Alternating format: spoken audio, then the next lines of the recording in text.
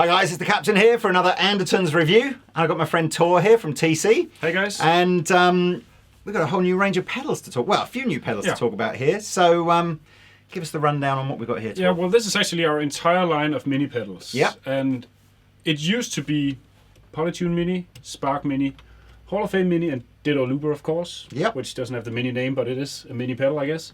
And then we have 4 new ones. So we have Flashback Mini Delay, which is a mini version of our really, really nice flashback delay. We have Vortex Mini Flanger, Flanger pedal, Corona Mini Chorus, and Shaker Mini Vibrato. So now it's actually the full line of tone print pedals we now have in a mini format. Cool. So you guys are probably familiar with the sort of the quality of these, and we should just give you an idea. I've got a couple of amps rigged up here. We've got a Fender Deluxe Reverb, which sounds great, you know. Very, very dry sounding because I've turned all the reverb off and everything. And we've got a little Victory amplifier here, which is a bit more... Might use that with a bit of gain because it's a bit more woody sort of sounding. And we've got the pedals all plugged into the front end of the amplifiers, which isn't necessarily the way that you would always wire these pedals up. But if we keep the sounds relatively clean, relatively low gain, they'll work fine. I should mention, now that we talk about, you know, in front end compared to loops, and obviously with the gain stuff like the Victory amp, the pedals would sound better in the loop. They would, yeah. And they're designed for that, so they'll handle, you know, pretty much anything you can throw at them, whether it's line level signal like the loop or guitar level signal.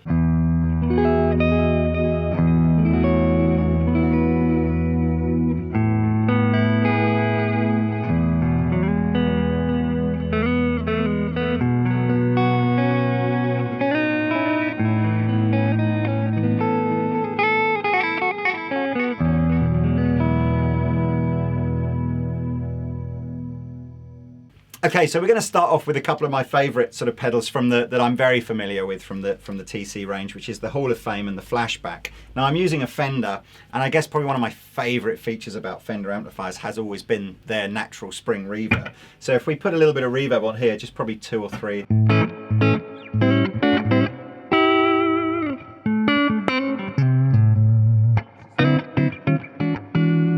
It's just a really beautiful, musical, deep spring reverb. So if we switch that off and we get the Hall of Fame,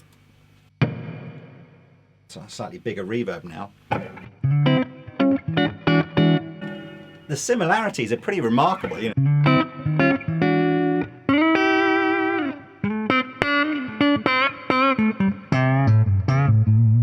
And you've just got to play around here. Now, tell me a little bit on the Hall of Fame. We've only got one knob, but that's not where the editing finishes, is it? I guess we designed Hall of Fame Mini to be a little bit like a Fender amp in just one knob, more or less reverb. It couldn't be simpler than that.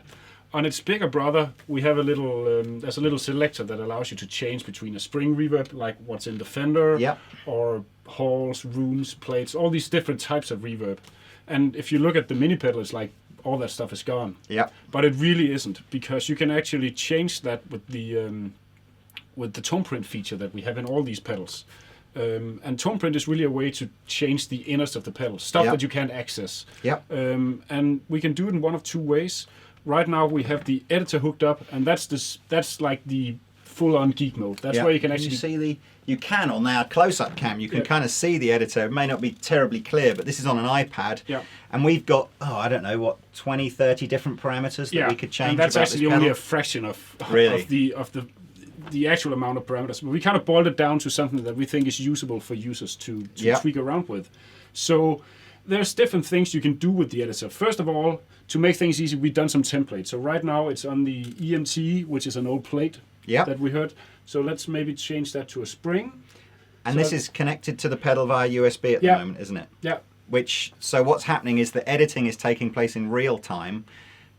But you don't have to do it like that. You can edit sort of offline if you like. Well, not sort of unconnected and then download the... Yeah, there's 2 different ways to the tone print. And the way it started was actually, we figured we'd do all the hard work in terms of tweaking for the user. And what we did was we invited a bunch of really cool guitar players to actually design sounds for us, or, you know, for anybody who buys the pedals. So if you want to get like the Steve Morse reverb or the like chicken kind of, you know, slapback stuff. You can basically, we had him design his signature reverb, and you can load that into the pedal.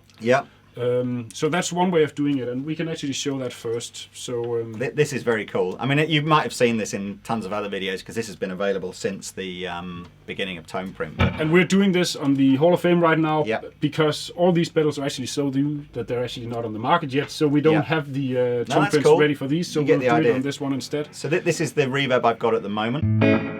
So a little sort of fairly short.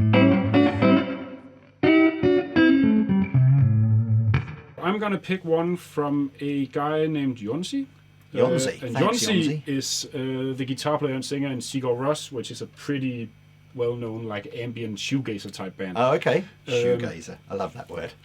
So he did like a really big, long reverb with some modulation on it. And what we'll do now is no cables or anything. I'm basically just gonna hold my old iPhone here. So all you need is an internet connection on your, as in a 3G or 4G connection? Not even that. If you have that at home, you'd basically download all the tone prints. So I'm from Denmark, right? So I can't pay for roaming. Oh.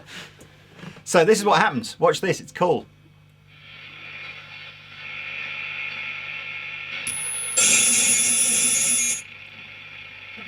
And I'll just turn the reverb up.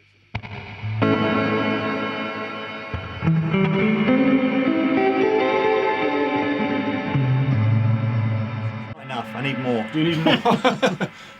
So you can see what's happened there is basically just a new preset. So imagine you had like a reverb pedal with like 20 knobs on it that you could adjust anything. That's what we've done on the iPad. And then we've sort of gone or chosen one off of the internet from the TC store. They're all free, by the way. And then you just kind of hold it here. I mean, there will be some guys kind of doing freaky stuff live, but I suspect most people will just be taking advantage of the fact you can just mess around at home. Yeah, you mess around at home or at the rehearsal space and you just try out the one that, the different ones and you find the one you like. And if you can't find one, that's the other part of it. If you can't find one of the artist tone prints that we have that you like, you can actually, design your own sound using the editor. So that's the other part of it, which we have down here.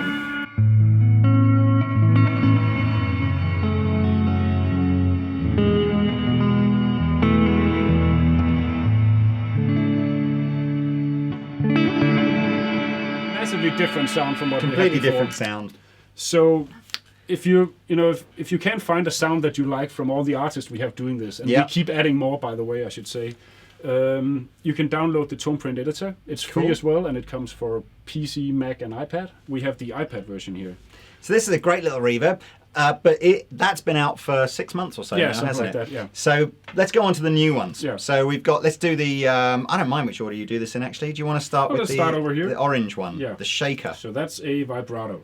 So vibrato obviously can be used for a ton of different stuff. Yeah. I always like it when it's a fairly fast one, so you can get that sort of Leslie. Yeah.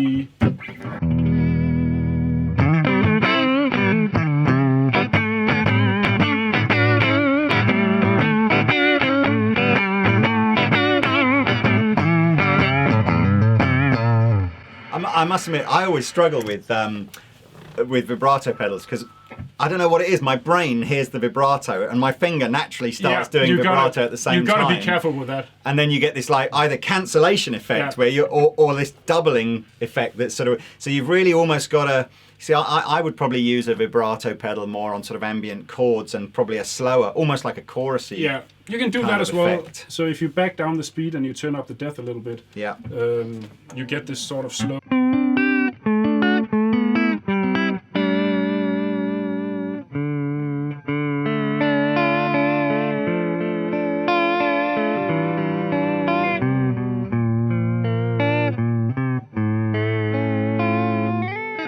All right, cool. Well, let's whiz on to the next one then. So speaking of chorus, this is it. Yeah. Named after a beer that I am quite partial to. Oh yeah, it's a nice one. Can you put a slice of lime in the top of the pedal just for You could, and it wouldn't damage even the exterior of it.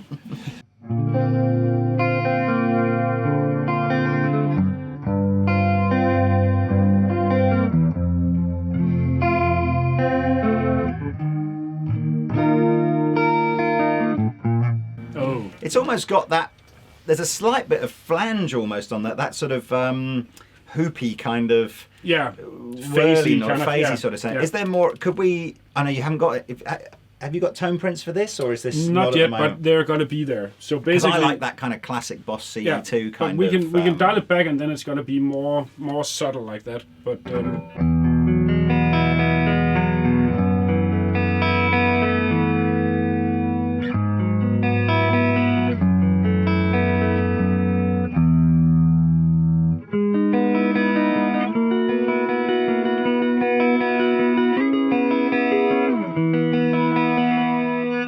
Cool.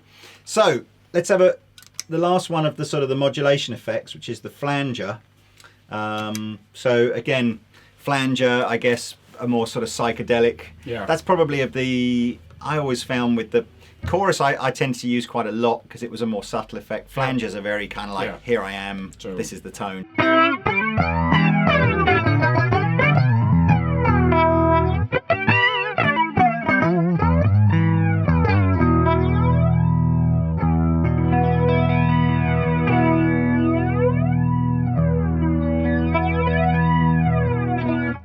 And how was that? Somebody was explaining to me once about how that kind of feedback control is mimicking how original kind of tape machines were sort of sped up and slowed down or something, isn't it? Yeah, it's the way flanging. It's actually one of the first effects, and the way flanging started was actually having two tape machines with the exact identical track or guitar track on either of them. Yeah.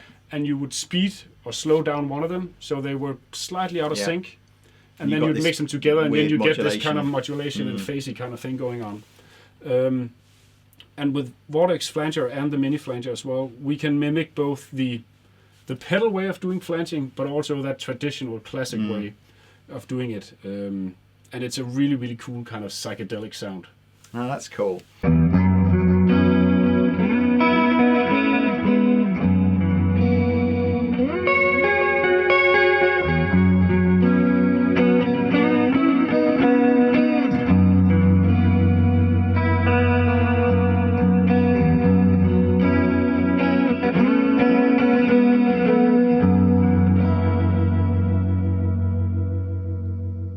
Let's go on to the flashback then. I mean, this has probably been the biggest selling of all the tone print pedals, the flashback, or flashback, and surprisingly, Hall of Fame is actually level to that, which surprised us as well. But yeah, it's definitely up there. So this is so controls wise on the front here, we've just got real simple stuff. So we've got delay, feedback, and level. Yeah. So we're missing all the sort of the part note sort of switches. And what's the other one? There's 4 buttons, isn't there? On and the last one is the one that selects whether it, the delays sound like tape or analog, and again, that's all that stuff you can get through the tone print feature. Yeah. So if you want to change the delay sound from a tape to an analog one, you just pick up your iPhone or your Android phone or your laptop, and you just beam the sound in there. Cool. So they're all there. So what have we got? What's this set to at the moment then? Right now, the default setting is a 2290 digital one. So that's our old flagship delay product that's been used by David Gilmour and The Edge and, John Petrucci.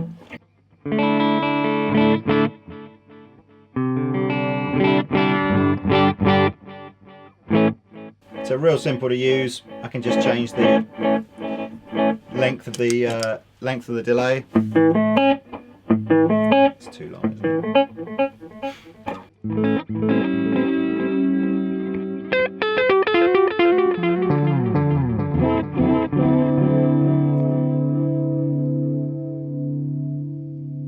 Trying to be David Gilmour here. I'm just going to do a bad.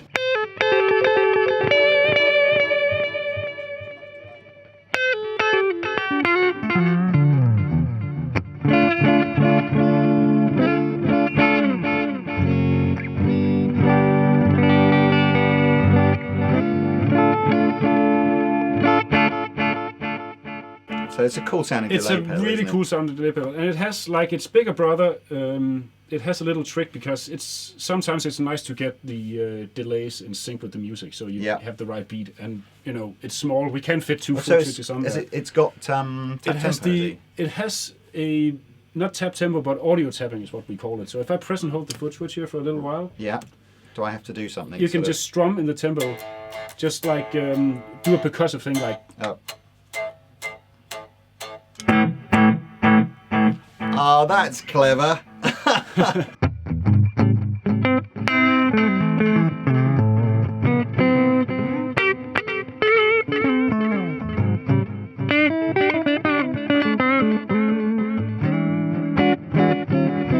just did that by just holding the I'll just the hold pedal it down, and did the you? idea is obviously, you know, either you're playing, you know, at home, but if you're playing in a band situation and, you know, the drummer is doing a count-in and he goes like 1, 2, you go 1, 2, 3, or whatever tempo you want. 1, 2, 3, 4.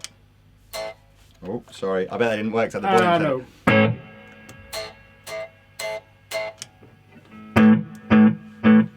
And it mutes the signal, so you don't have that blaring out to the audience. That's actually, I mean, that's probably that's almost arguably even more useful than tap tempo, isn't it? It's kind of just. It's very easy, and plus, you know, if you want to, you know, especially somebody like me who's a little bit clumsy, you know, having the tap tempo thing sometimes is a little inaccurate, but you know, playing in sync is actually quite easy. Cool. And the Spark, let's just show people what the Mini Spark can do. If I go over to a sort of a driven sound, and you'll be sort of reasonably familiar with the kind of this might be a nice rhythm sound.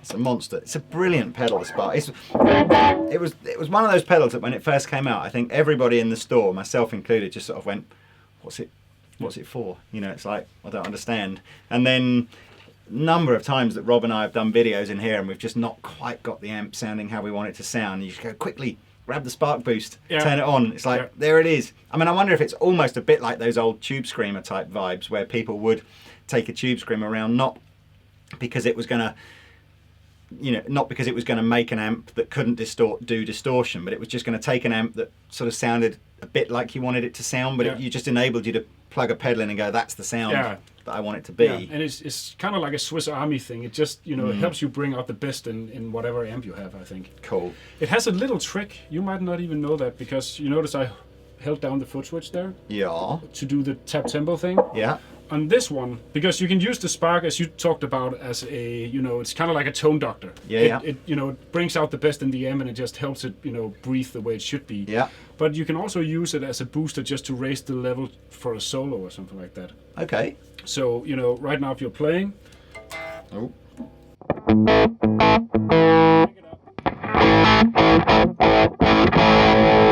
You get more drive and you also get some volume. Yeah. So it's a great thing just to add for any kind of solo you have. So what we figured is sometimes you want to have just one lick that kind of stands out. It doesn't have to be like the 3-minute solo, which is nice, but you don't always want that. You just want to play one lick and then get back down to your ordinary level. So usually if I press and hold, you know, the pedal is on, off. Yeah. If I press and hold for a little while.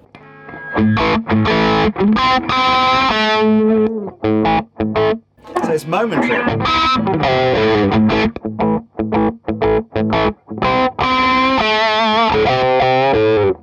That's good. So as well as being on off, it's just momentary as well if you want it to be. Just depends on how long you press and hold it. If you press and hold it for more than a second, it's got to turn into a momentary switch. Every time I play with the Spark, it becomes more and more one of my favourite pedals. It's a neat That's crazy, isn't it? And does the bigger one do that as well? No, it actually doesn't. No. We came up with that when we did the small one. So you get extra features on the Diddy one. Yeah. Awesome. So now we're going to talk about prices on these pedals, because I'm sure you're all sort of dying to know how much it's going to cost to get one of these on your board.